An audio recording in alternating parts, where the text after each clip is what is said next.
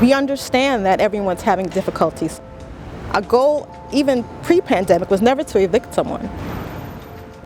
We're always willing to work things out because life happens.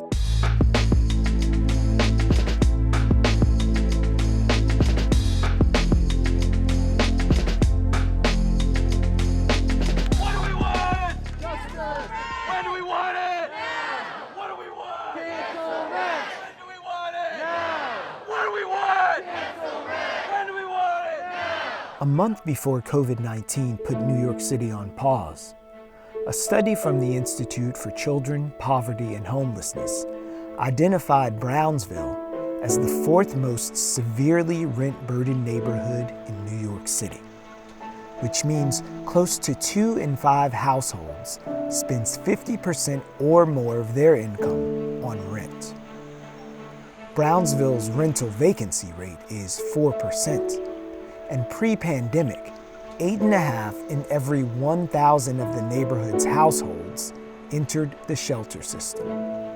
That's more than twice as high as the averages across Brooklyn and New York City, with evictions reported as the primary reason for entering shelter.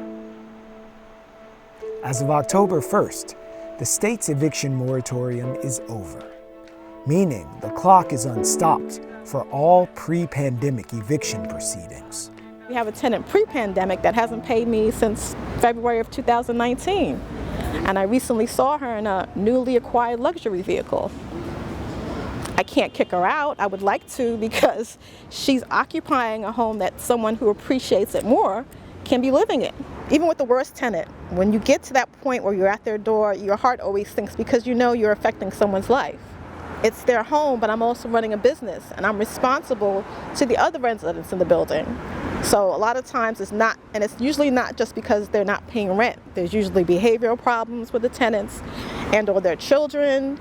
They're making living in the building difficult for the others. So it's my responsibility to keep the building as safe as I can for everyone else. But it's never a good feeling to put someone out of their home. But you know, it's part of the job. Part of the job Sharon Redhead has done for 20 years, managing the 19-unit apartment building her parents bought in 1987. And her young sister Kim has been sharing the day-to-day responsibilities for the past decade. It's a family business in every sense. My memories have always been going with my parents to the building to do the maintenance. You know, Dad used to take me around and we would be in the basement. He would be gathering his tools because he had to do something. And I was always the one carrying, can I carry the hammer? Those are my memories. So those are the things that I remember as a child coming up and handling some of the paperwork. I used to have to draw the lines for Daddy's bill balance book. Those are the things I remember, you know, and that's my memory. So when I get, or I read in the paper, or I see the approach of the ugly landlord, you know, that's not my family. It's a family business, and that's how we treat it. My name is Alban Redhead. My wife and I purchased this building in 1987. I was closed up for a long period. I was told about 14 years. There were no tenants in the building, and most of the area was in a very desolate situation, but we decided to take the chance. By most measures, it was a good gamble. But after more than 30 years in the property management game, he can't help but feel a little nostalgic. My tenants and I were like neighbors, brothers and sisters, but since the politician got involved, everything split. The tenants were never hostile to the landlord before, never, until the politicians got involved. In June 2019, the New York State Legislature approved the most stringent rent laws in the country on behalf of New York City's 5.4 million renters. From killing the dreaded broker's fee to making unlawful evictions a misdemeanor. And in June of this year, the Rent Guidelines Board voted to freeze rents on New York City's rent-regulated apartments because of the economic effects of the COVID-19 pandemic. That's good news for some, but not nearly enough for others. The call to #CancelRent has been ringing out from the streets of our city all the way to the halls of power. I think the cancel rent movement has played an important role in getting people to understand the gravity of the crisis, the breadth of this crisis. Passed the strongest tenant protection legislation in America last year for millions of tenants throughout the state.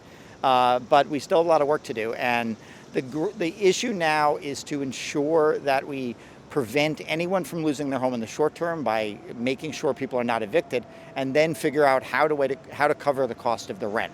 Brian Kavanaugh is the chair of the New York State Senate's Housing, Construction, and Community Development Committee.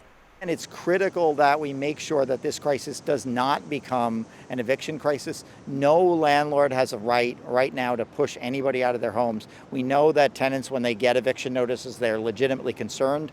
We have legislation that would prevent not only evictions from happening, but the cases from proceeding, even cases from beginning and notices of eviction being filed on people. Right now, the courts are processing these things in a limited way, but we are committed, many of us are committed to making sure that nobody loses their home because of COVID-19 or because of the economic shutdowns, which were necessary, but were ordered by the government in many cases. So, this is not a problem that low-income New Yorkers created. It's not a problem that landlords created either. It's a problem that we all have accepted as our means of dealing with the public health crisis. Small landlords are facing the economic and public health crisis head-on, while simultaneously fighting a public relations battle. I hear the politicians shout some of this rhetoric. I think it's irresponsible because you don't ask any other service provider to do that. You're not telling the supermarket units provide free food. You're not telling the utilities stop collecting your monthly bill. So why would you take this kind of initiative with this particular service provider? It's a service we're providing because not only are we providing a home, but we're providing heat, we're providing hot water, we're providing electricity. All of those mediums come through us. So I think it's highly irresponsible and for people to expect that you can get all those services for free. I wish those politicians who are supporting that idea would agree to forego their salary to help those tenants pay rent and buy food. Put your money where your mouth is. So when you hear cancel rent, what's the first thing you think of? It's like a gut punch. Because, as I said before, it's not realistic. It's not realistic, Not and we're all in this together. And this economy is cyclical. You take one spoke out of the wheel, and it no longer works. That's it. So when we collect rent, it doesn't go in my pocket.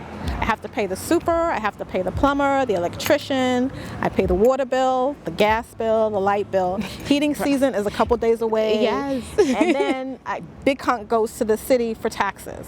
And so if they don't pay me, all those people don't get paid. And those are also families. The plumber has a family, the electrician has a family, the super has his family to take care of. Would you consider yourself a business owner or an essential worker? Both. We are both business owners, and people don't like to discuss that when it comes to housing, but for us it is a business. But we're also essential workers because we're providing homes for people, several families, for many families, right. And it's our responsibility to make sure that those homes are well maintained and it's a safe environment. So even when our tenants stayed home, I had to leave my home to make sure that things were okay in the building and was being kept clean.